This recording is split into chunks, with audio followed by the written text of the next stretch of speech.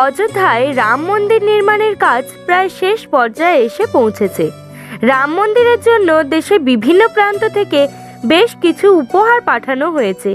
সেই উপহারগুলি সম্পর্কে আমরা অনেকেই অজ্ঞানী। আগামী 22শে জানুয়ারি শ্রী রাম মন্দির উদ্বোধনের দিন নির্দিষ্ট করা হয়েছে।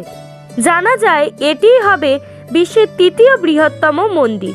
সম্পূর্ণ তথ্য জানতে ভিডিওটি শেষ পর্যন্ত দেখার অনুরোধ রইল। নমস্কার বন্ধুরা, এসবি সনাতনী কথার নতুন একটি ভিডিওতে আপনাদের সকলকে স্বাগত। আজকের এই ভিডিওটির মাধ্যমে আমরা জানব রাম মন্দিরের জন্য দেশের বিভিন্ন প্রান্ত থেকে নানান উপহার পাঠানো হয়েছে তার সম্পর্কে।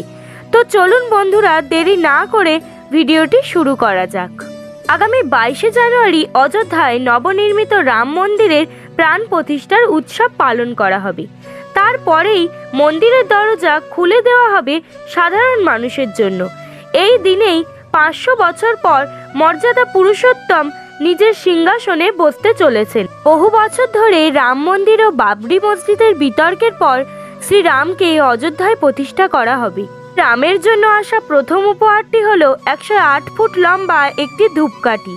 এই ধূপকাঠিটি বানিয়েছেন গুজরাটের একজন রামভক্ত মানুষ বিহাবাই। এই ধূপকাঠিটি জ্বালানোর পর এর সুগন্ধ গোটা অযোধ্যাময় ছড়িয়ে পড়বে বলে ধারণা করা হয়েছে এবং এটি জ্বলতে 1.5 মাস সময় লাগবে। এছাড়া এই ধূপকাঠিটির ওজন 3500 কেজি। এই ধূপকাঠিটি তৈরি করতে 5 লক্ষ টাকা খরচ হয়েছে।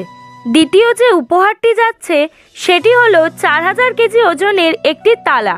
সেই তালাটি পাঠানো হচ্ছে আলিগড় থেকে।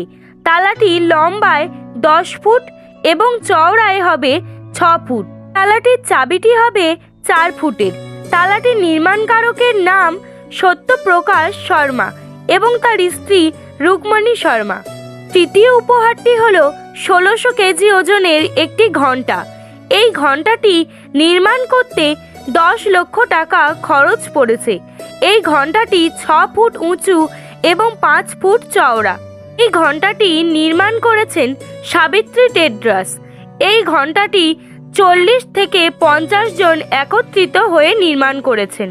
বন্ধুরা, ভিডিওটি ভালো লাগলে অবশ্যই লাইক, কমেন্ট ও শেয়ার করে আমাদের পাশে থাকুন। জয় শ্রীরাম।